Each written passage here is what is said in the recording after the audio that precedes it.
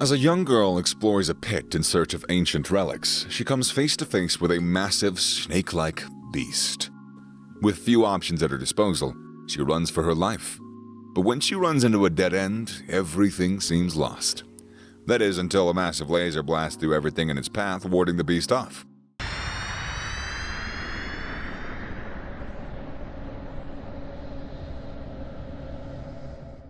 The girl traces the source of the beam and finds a robot boy, and decides to take it back home.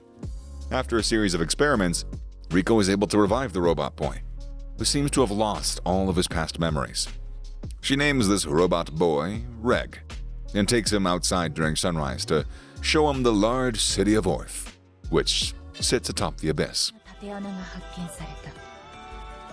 直径約1000メートル。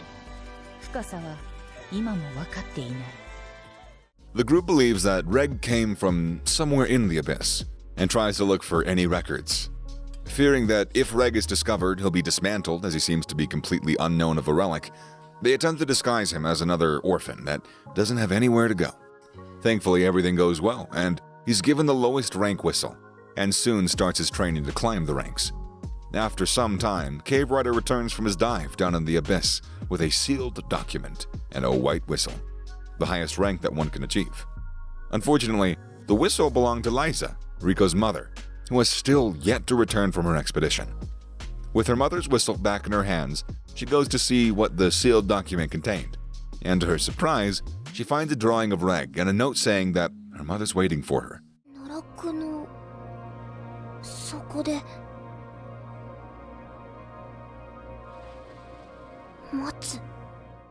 With her newfound knowledge, Rico decides to descend into the abyss in order to find her mother. However, Nat openly opposes this idea, believing that Rico will never return to the surface by doing so. The next day, Reg believes that he's going to find answers to his own identity and lost memories in the abyss by joining Rico. And so while Rico and Reg plan to sneak out of the orphanage before daybreak, Shiggy gives them a map of the abyss, containing all 6 known layers. Nat, who's still a little reluctant, agrees to guide them to the Wharf Quarter, the secret entry point into the abyss. After saying their goodbyes, Rico and Reg depart for their journey. 私たちアビスとつながってるの。ここで生きたことも忘れたりしないから。だから大丈夫。 Rico and Reg manage to descend deep into the first layer, the edge of the abyss. After eating some demon fish for breakfast, Reg then shows Rico a letter that was slipped into his backpack. It contains a copy of vital information about the abyss, as well as a note warning them that they will be a search party sent to find them. Rico is fairly confident that if they can make it to the second layer, then the search party is going to be called off. As Rico and Reg escape the territory of a large insect, they're intercepted by Habolg. He was requested by Nat and Shiggy to escort Rico and Reg to the secret camp in the second layer. However, Rico declines the offer, since she and Reg want to reach the secret camp on their own. Before Habolg leaves, he informs Rico and Reg that the guardian of the camp is Ozen, a white whistle who helped Liza transport the infant Rico to the surface. And although she is a white whistle, he warns them to be wary of Ozen. 僕らは逃げ切れたわけじゃなく、人の領域から外れたあらゆるものに追われるのではないだろうか。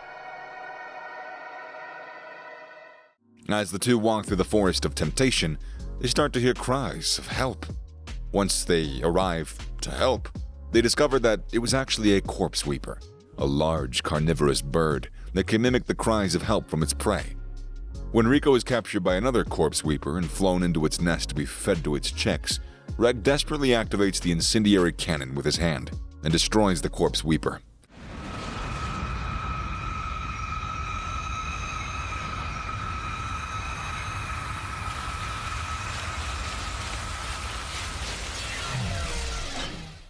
After being saved, Rico is greatly impressed with Reg's incendiary cannon and dubs it the Incinerator.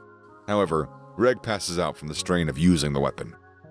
Once he wakes up, they proceed to the inverted forest, but they're soon chased off by several red-eyed gibbons. Thankfully, with the help of Reg's arms, they escape and start to approach the secret camp. Normally there'd be a gondola that would lower to allow entry, but for some reason, they weren't let in. Reg tries to use his extendable arms to gain entry, only to notice that he didn't grab anything. Instead, he was the one that had been grabbed. 何かに腕を掴まれた。まだ生きてたんだ、あのガキ。Ozen releases Reg's extendable arms and lowers a gondola, allowing Riko and Reg inside of their seeker camp. After finally meeting Ozen and her apprentice, Riko thanks Ozen for carrying her to the surface long ago. To avoid suspicion, Ozen lends blue whistles to Riko and Reg in exchange for Liza's white whistle. The two quickly get to know Maruk, who became a blue whistle at a young age due to being a direct apprentice of Ozen. That night, Riko comes across a strange creature while looking for the bathroom and flees in terror back to her bedroom. The next morning, Ozen takes Riko and Reg to her private chamber. Along the way, Ozen tells the two that Liza is dead since she recovered the letter from a grave in the fourth layer. 巨人の杯の奥に常しえ港の群生地があってね、そこに墓ができてたんだよ。Ozen reveals that the curse-repelling vessel has the power to temporarily revive the dead. Turns out that Riko was already dead from birth and was later revived by a relic. The strange creature that Ozen had placed inside there earlier was just a lump of meat, returning to life before dying again a few hours later. Now furious, Reg begins attacking Ozen, but to no avail as she soon renders him unconscious. Ozen admits that she was testing Riko and Reg to surmise if they can survive in the abyss, concluding that they would die in a heartbeat. Ozen also mentions that she did dig into the grave to double-check whether there was a body, however, there was none, implying that her mom might still be alive. Following Reg's recovery, Ozen tasks Riko and Reg to survive in the outer edge of the inverted forest for 10 days. While it might seem easy since Reg has, the incinerator, Ozen suggests to only use the incinerator as a last resort, since he would faint within minutes and leave Riko defenseless.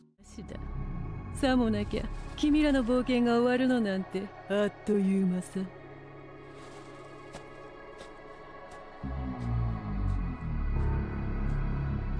The two are quickly met with a good sign, as they find insects that only live in clean water.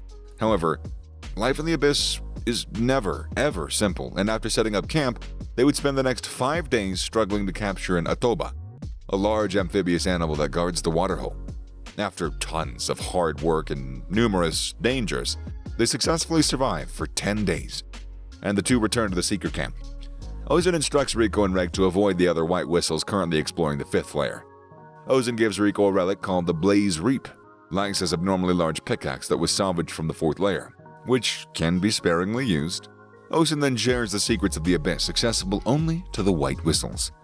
Once the two had to leave, Ozen reminisces about the promise that she made for Liza long ago. 動く死体かもってことかね。そうだ。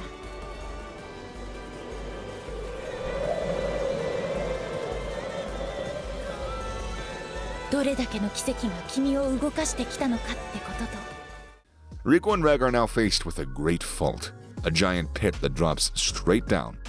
The two descend using countless interlocking caverns to avoid the large aerial predators. Unfortunately, everything that can go wrong did, as they stumble into a den of Madokajak, which forces Reg to use the incinerator to kill it. Like a moth to a flame, this attracts the attention of the Crimson Splitjaw.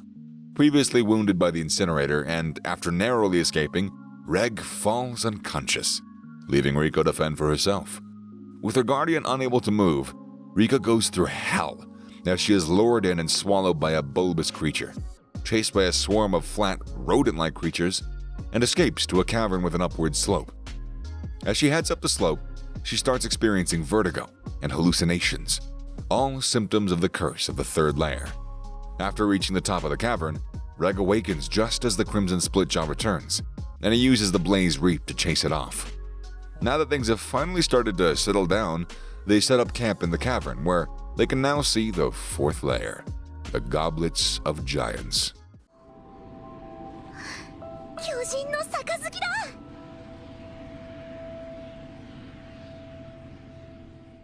The two descend into the Goblets of Giants, a humid, jungle-filled area with flat creepers, which are weaving giant concave discs.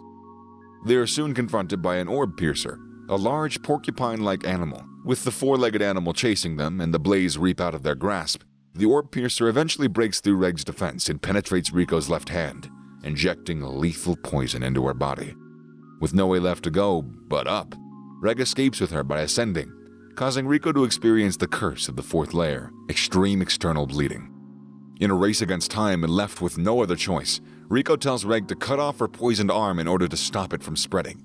As Riko stops breathing, a humanoid rabbit named Nanachi tells Reg to remain calm, instructing him to perform cardiopulmonary resuscitation. Once she's in a semi-stable state, the three retreat to Nanachi's hideout. おいらはナナチだ。お前ら探掘家が言うところの慣れ果てだよ。 Nanachi begins patching up Riko's swollen left hand and accompanying her in a misshapen cat-like creature named Mitty. The two were once young cave raiders who lost their humanity as a result of the curse of the sixth layer. Although Nanachi survived and retained her humanity, Nanachi sends Reg off to fetch ingredients to heal Riko, as well as to make Nanachi's dinner.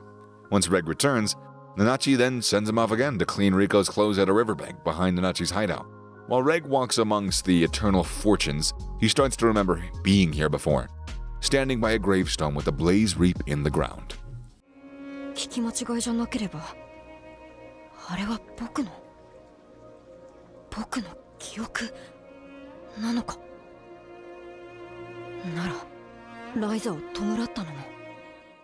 Back on the surface, Kyui falls ill with a mysterious plague known as the birthday death disease.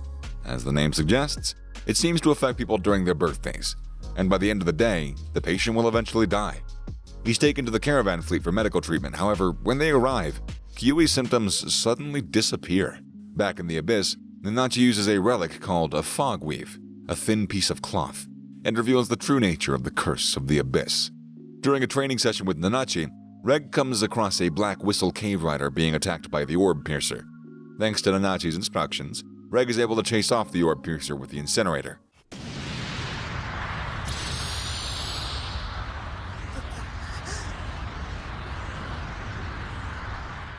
When Reg returns, Nanachi surprisingly requests Reg to kill Mitty.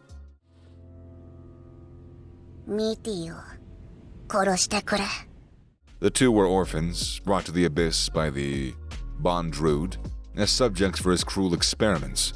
Unaware of Bondrewd's intentions, Nanachi and Mitty were sent down together in the miniature Garden of Dawn, named the capital of the Unreturned, and afflicted by the curse upon their ascension, leading to their current appearances, making Mitty immortal and Nanachi able to see the curse. After Bondrewd attempted to kill Mitty several times, the two escaped, but have since been unable to end her suffering. After hearing Nanachi's story, after Nanachi bids a final farewell to Mitty, Reg puts the final nail in the coffin.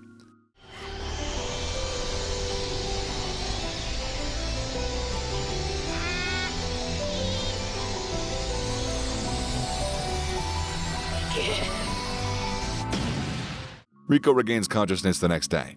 She recalls being able to communicate with Mitty in her slumber, and felt her soul being freed upon her death. Riko asks Nanachi to join the quest in finding Liza. Before the three leave, they pack up anything that might be of use. Meanwhile, their letter sent via mail balloon is eventually received by Nat and Shiggy on the surface, and the three begin their journey once more.